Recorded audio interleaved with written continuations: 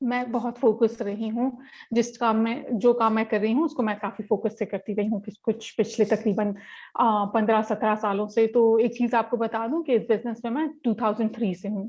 جب میں نے یہ بزنس شروع کیا تھا 2003 میں, اس وقت I was young girl in sense that I was in my mid 20s. میں نے کارپوریٹ US میں کام کیا تھا. وہاں پہ میں نے دیکھا 9 to 5 تو خیر نہیں تھا, because I was working for one of the fastest growing companies in the US and it was a fortune 500 company.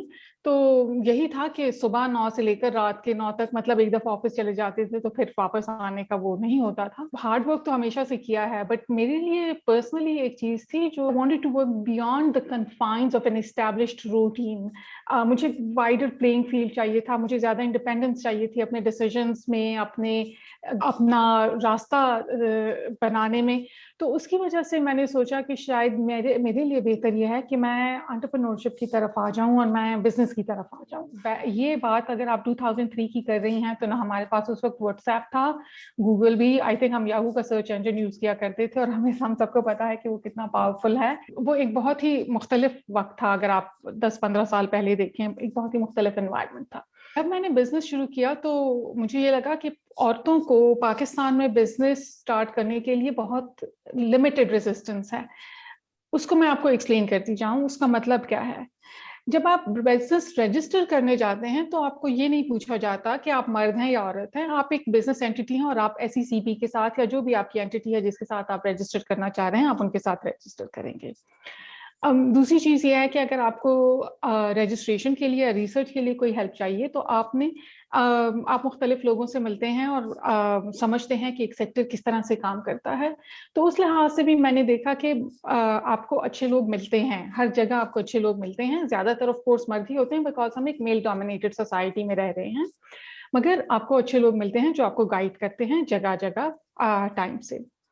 یہاں تک تو بات صحیح ہے, مگر جب آپ آپریشنل ایسپیکٹس آف بزنس کی بات کرتی ہیں, جب آپ خود سروسز دینے جاتی ہیں, جب آپ کو خود ڈیل کرنا پڑتا ہے سوسائٹی ایٹ لارج سے, جس کو انگریزی میں کہتے ہیں کہ وہ stage where the rubber meets the road actually, تو وہاں پہ آپ کو کچھ بائسز نظر آنا شروع ہوتے ہیں. مگر ضروری نہیں ہے کہ آپ کو وہ بائسز ایک ہی دفعہ کر کے آپ کے سامنے آئیں. فرام ٹائم ٹو ٹائم آپ کو جس طرح سے آپ کو اپنے کام میں اور چیلنجز نظر آتے ہیں, مثلا ہم ایک ایسے ملک میں رہتے ہیں جہاں پہ ایز این انٹرپرینور آپ کو بہت کچھ خود کرنا پڑتا ہے. آپ کو اپنی بجلی کا بندوبست خود کرنا ہے, آپ کو اپنے ٹریش کلیکشن کا بندوبست خود کرنا ہے وغیرہ. تو اسی طرح سے یہ بھی میں اس کو اسی طرح کا ایک چیلنج کہوں گی. اور اس کی وجہ یہ ہے کہ کافی اسٹیریوٹائپس ہیں خواتین کے بارے میں, جو کہ سچ ہو بھی سکتے ہیں اور نہیں بھی ہو سکتے. یہ تو انڈیویجول کے اوپر ڈیپینڈ کرتا ہے. آپ یہ نہیں کہہ سکتے کہ چونکہ ایک شخص جو ہے یا وہ ایک عورت ہے یا وہ مرد ہے تو اس کی وجہ سے ان کا رویہ جو ہے وہ ایک ہی طرح کا ہوگا.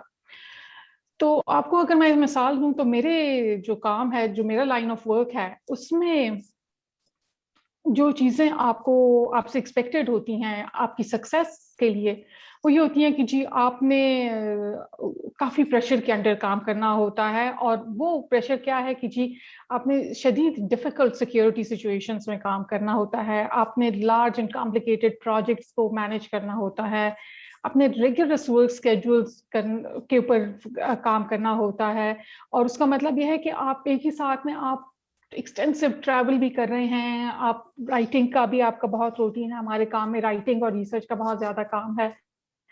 تو آپ کو ایک مثال دوں کہ ایک ٹائم ایسا تھا کہ جب میرا کیری آن سوٹ کیس جو ہے وہ تیار رہا کرتا تھا, اور مہینے میں 30 میں سے 15 دن مجھے باہر رہنا پڑتا تھا, مجھے ٹریول کرنا پڑتا تھا.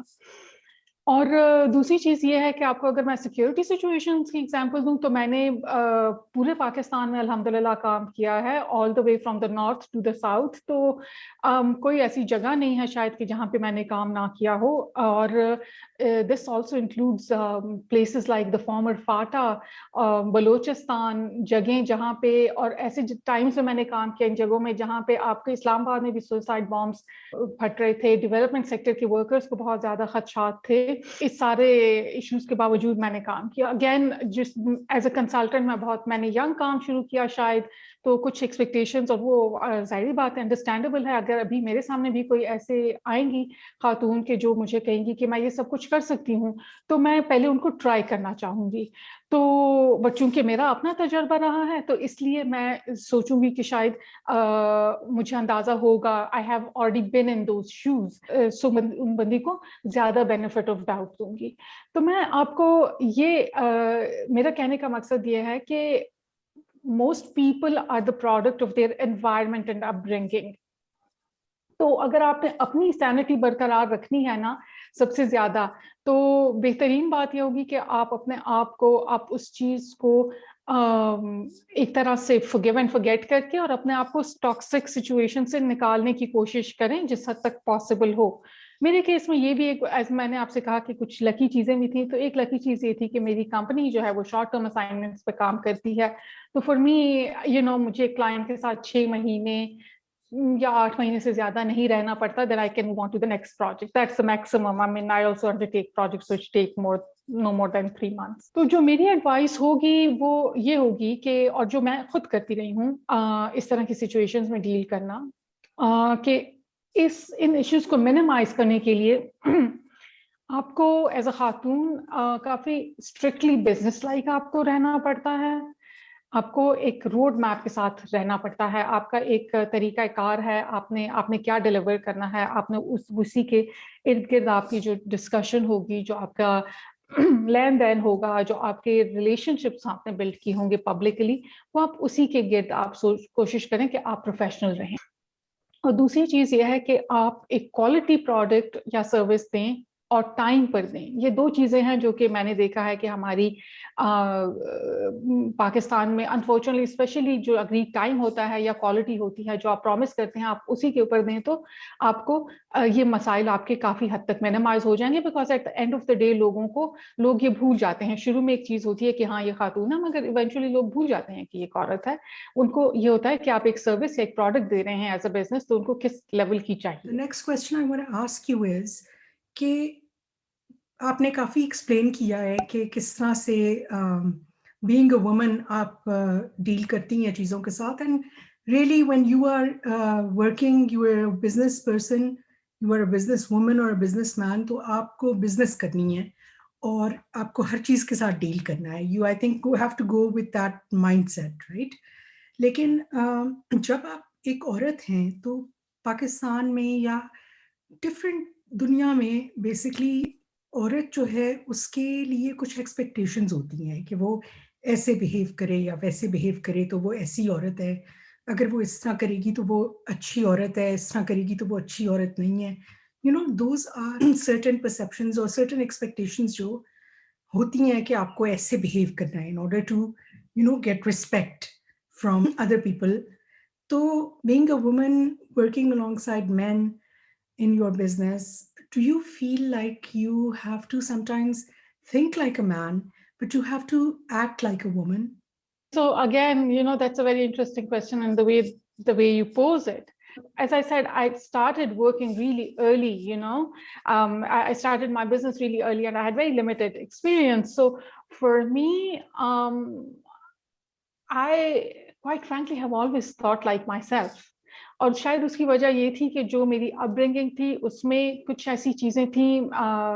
میرے والد کی اللہ مغفرت کرے, I lost him just 3 months ago. ان کے جانے سے کچھ دن پہلے ہی میرے ان کے ساتھ کانورسیشن اسی کے اوپر ہو رہی تھی کہ it was something that was inculcated into me کہ آپ اپنے آپ کو ایز این عورت یا ایز اے مرد لینے کی بجائے آپ اپنے آپ کو ایز این انڈیویجول لو. اور یہ سینس آف کانفیڈنس جو ہے یہ میری اپ برنگنگ میں ایک طرح سے انکلکیٹ شاید ہوا تھا. اس کے بعد جب آپ ایک دفعہ بڑے ہو جاتے ہیں تو میرے خیال سے آپ کے اپنے اوپر ہے کہ آپ اس چیز کو کس طرح سے لے کر چلتے ہیں دنیا میں. تو میرے خیال سے کمبینیشن تھا, میرے ایکسپیرینسز بھی اس طرح کے رہے ہیں جس طرح سے میں نے کہا. تو جو آپ کہہ رہی ہیں وہ بالکل صحیح ہے. مثلاً میں نے بہت جگہوں میں کام کیا ہے, بہت جگہ میں بہت ملکوں میں رہی بھی ہوں. آپ خبریں ہی دیکھ لیں, آپ BBC کو اٹھا کے دیکھ لیں. ابھی پچھلے ہفتے 2 ہفتے پہلے ایک خبر تھی کہ سوئس آرمی, اب I have been to Switzerland,